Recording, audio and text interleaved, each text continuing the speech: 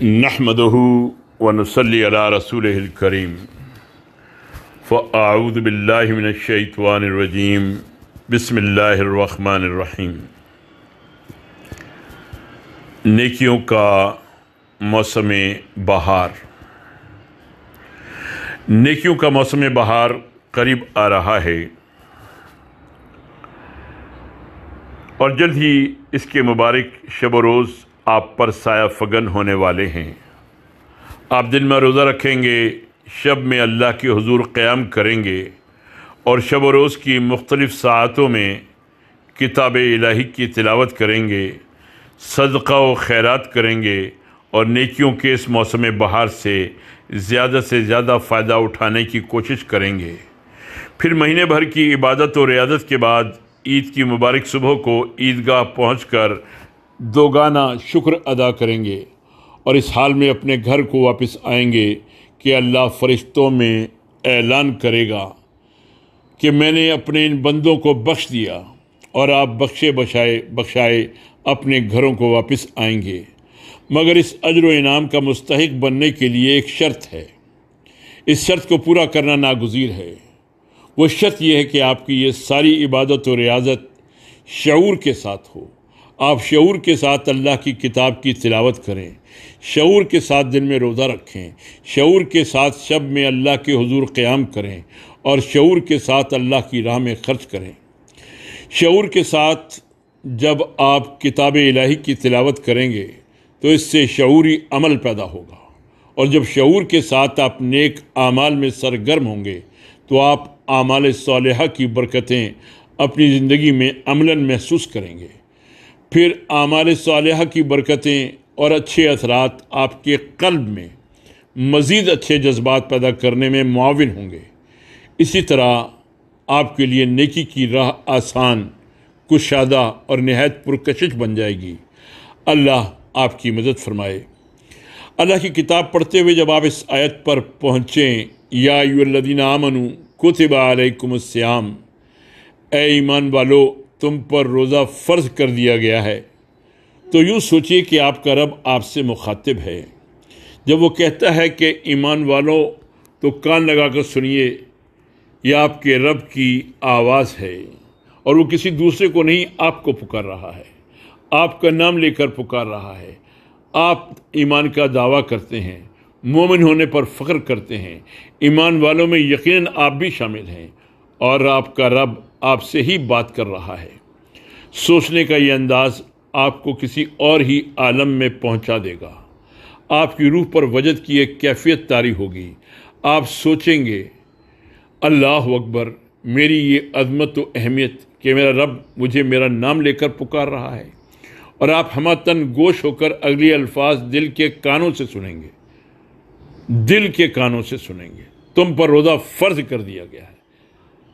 یہ الفاظ پڑھتے ہوئے آپ یوں ہی سرسری انداز میں نہیں گزر جائیں گے، بلکہ یوں سوچیں گے کہ تم پر کا خطاب مجھی سے ہے۔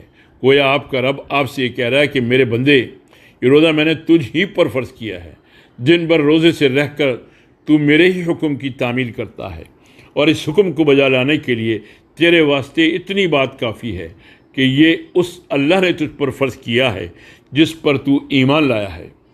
مومن کے لیے کسی حکم کی تعمیل کا یہ محرک بالکل کافی ہے کہ اس کے رب کا یہی حکم ہے، اور اپنے رب کی اطاعت کے تصور کی لذت ایمان کا زبردست انعام ہے۔ پھر جب آیت کا اگلا فقرہ آپ پڑھیں گے تو اپنے رب کی بے پایاں رحمت و رافت اور شفقت و عنایت کا احساس کر کے آپ کا رواں رواں احساس شکر سے سرشار ہو جائے گا۔ ارشاد ہے، کما کتب علی الذین من قبلکم، جس طرح ان لوگوں پر فرض کیا گیا تھا جو تم سے پہلے گزرے ہیں۔ یعنی یہ روزہ کوئی بوجھ نہیں ہے جو اللہ نے تم پر لاد دیا ہو، بلکہ یہ تمہاری شخصیت کی تعمیر، تمہاری تربیت اور تزکیہ نفوس کے لیے اللہ کی ایک نعمت اور ناگزیر ذریعہ ہے۔ اسی لیے تو اللہ نے اسے ہر دور میں ہر نبی کی امت پر فرض رکھا ہے۔ یہ تربیت و تزکیہ کے نظام کا ایسا ضروری جز ہے، اس قدر زبردست مؤثر عامل ہے کہ اللہ کی کوئی شریعت کبھی اس سے خالی نہیں رہی ہے۔ تم پر روزہ فرض کر کے اللہ نے تم پر اپنی رحمت و عنایت کا اہتمام کیا ہے اور تمہیں اس نعمت سے نواز کر اپنی رضا اور اجر آخرت کا مستحق بننے کا تمہیں موقع فراہم کیا ہے، جس طرح تم سے پہلے لوگوں پر فرض کیا گیا تھا۔ یہ الفاظ محض تاریخ بیان کرنے کے لیے نہیں ہیں۔ قرآن کا موضوع محض تاریخی داستانیں بیان کرنا نہیں ہے۔ دراصل ان الفاظ کے ذریعے روزے کی عظمت و اہمیت اور تربیت و تزکیے کے نظام میں اس کی غیر معمولی اہمیت کو واضح کرنا ہے کہ ہر نظام تربیت اور شریعت میں ہمیشہ روزہ موجود رہا ہے۔ اور پھر اگلے فقرے میں روزے کا اصل حاصل بتا کر بات پوری کر دی گئی، لعلکم تتقون، تاکہ تم میں تقوی پیدا ہو۔ یعنی اللہ نے روزے کا حکم خود تمہارے ہی فائدے کے لیے دیا ہے۔ تمہاری عبادتوں سے اللہ کا اپنا کوئی فائدہ نہیں ہے۔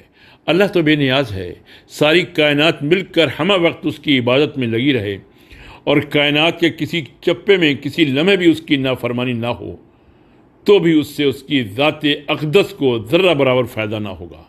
روزہ اس لیے فرض کیا گیا ہے کہ بندہ تقوی کا پیکر بن جائے، اس کے دل میں وہ غیر معمولی قوت پیدا ہو جائے کہ نیکی کی راہ پر بڑھنا اور دوڑنا اس کے لیے آسان اور برائی کی راہ پر جانا اس کے لیے دشوار ہو جائے۔ تقوی ہی دراصل زندگی کی اصل رونق اور بہار ہے۔ تقوی دل کی وہ روشن کیفیت ہے جس کے ذریعے آدمی پر ہدایت کی راہ کھلتی ہے، جس کی بدولت آدمی اللہ کی کتاب سے فیض پانے کے لائق بنتا ہے۔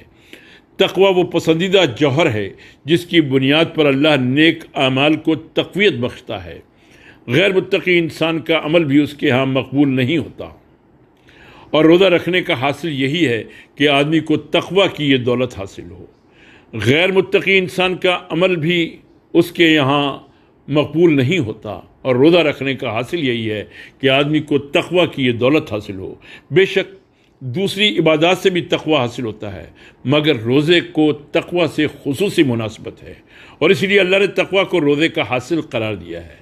اب پوری آیت کو ایک بار پھر ذہن میں تازہ رکھیے اور اپنا جائزہ لیجئے کہ جب ایمان والوں کے الفاظ آپ پڑھتے اور سنتے ہیں تو آپ پر وجد کی کوئی کیفیت طاری ہوتی ہے یا نہیں؟ اللہ کی عظمت اور ہیبت سے آپ پر لرزہ طاری ہوتا ہے یا نہیں؟ اور آپ دل کی گہرائی سے یہ احساس کرتے ہیں یا نہیں کہ اللہ آپ سے مخاطب ہے اور آپ پر روزہ فرض کر رہا ہے؟ اور پھر یہ کہ روزہ رکھنے کے لیے یہ بات آپ کے لیے کافی ہو جاتی ہے کہ یہ آپ کے اللہ کا حکم ہے، یا آپ کسی اور محرک کے بھی منتظر رہتے ہیں؟ اگر اللہ کے حکم کے علاوہ آپ کسی اور محرک کے بھی منتظر رہتے ہیں اور کسی عمل پر آمادہ کرنے کے لیے آپ کو اللہ کا حکم کافی نہیں ہوتا تو آپ ایک خطرناک اور تباہ کن بیماری کا شکار ہیں۔ آپ کا ایمان نزع کی کشمکش میں مبتلا ہے۔ جلد از جلد فکر کیجئے اور اپنے ایمان کو اس کشمکش سے بچائیے۔ اس معاملے میں سستی اور غفلت اور لاپرواہی آپ کی عبرتناک موت کا باعث بن سکتی ہے۔ جسمانی موت نہیں کہ وہ تو ایک بار آتی ہے، اور وہ کوئی حادثہ نہیں، حادثہ تو ایمانی موت ہے۔ انسان کی ساری قدر و قیمت اور زندگی کی تمام تر رانائی ایمان کی بدولت ہے۔ ایمان مردہ ہو گیا تو سب کچھ لٹ گیا۔ ایمان سے محروم زندگی نہیں، موت ہے۔ ایسا چلتا پھرتا انسان دراصل ایک زندہ لاشا ہے جو زمین کی پیٹھ پر ایک گندا بوجھ ہے۔ جس بندے کا ایمان شعوری ایمان ہے، اس کو اللہ کی اطاعت پر آمادہ کرنے کے لیے اتنی بات کافی ہے کہ اس کے اللہ نے اسے یہی بات کا حکم دیا ہے۔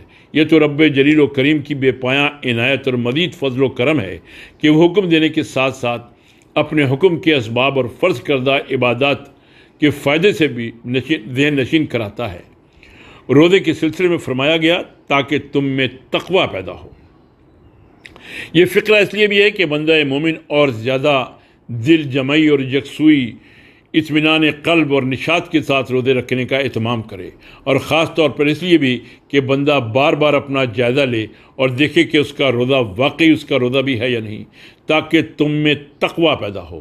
یہ الفاظ ایک کسوٹی بھی ہے تاکہ ہر روزہ رکھنے والا شخص اپنی زندگی پر نگاہ رکھے اور جائزہ لیتا رہے کہ روزہ رکھ کر اس کی زندگی تقوی سے آراستہ ہو رہی ہے یا نہیں۔ اللہ نے تقوی کو روزے کا حاصل بتایا ہے، اور اللہ کا یہ فرمان یقیناً ہر شک و شبے سے پاک ہے۔ روزے سے یقیناً تقوی حاصل ہوتا ہے اور ہونا چاہیے، لیکن اگر کوئی روزہ رکھنے کے باوجود تقوی سے محروم ہے تو یقین کر لینا چاہیے کہ اس کا روزہ وہ روزہ نہیں ہے جس کا اللہ نے حکم دیا ہے۔ اگر روزہ رکھ کر آپ کو تقوی کی دولت حاصل نہیں ہو رہی ہے تو اطمینان کر لیجئے کہ آپ روزے سے نہیں ہیں، آپ فاقے کی مشق کر رہے ہیں جس کا حاصل تقوی نہیں، کمزوری ہے۔ بے چینی کے ساتھ فکر کیجئے، رمضان کی مبارک گھڑیاں تیزی کے ساتھ گزر جائیں گی، انہیں اسی طرح نہ گزرنے دیجئے کہ آپ خالی ہاتھ رہیں۔ معلوم نہیں آئندہ سال آپ کو پھر یہ مبارک گھڑیاں زندگی میں نصیب ہوتی ہیں یا نہیں۔ وما علینا الا البلاغ۔ تحریر مولانا یوسف اصلاحی مرحوم رحمۃ اللہ علیہ۔